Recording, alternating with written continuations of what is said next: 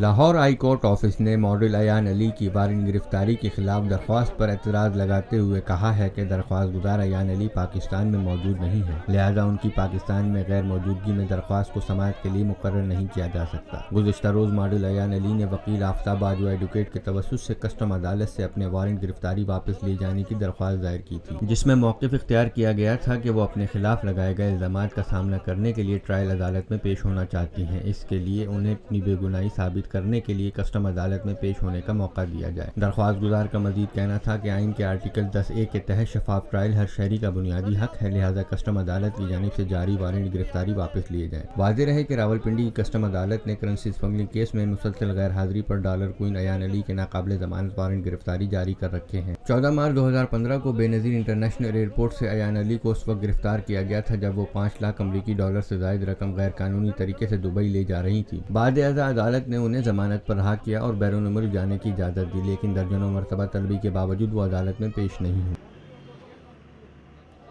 پاکستان میں پہلی مرتبہ حالات حاضرہ کے مختصر مگر جامع پروگرامز، خبروں، تبصروں کے علاوہ دیگر سماجی، تجارتی، ثقافتی، تفریحی، معلوماتی، مذہبی، تعلیمی،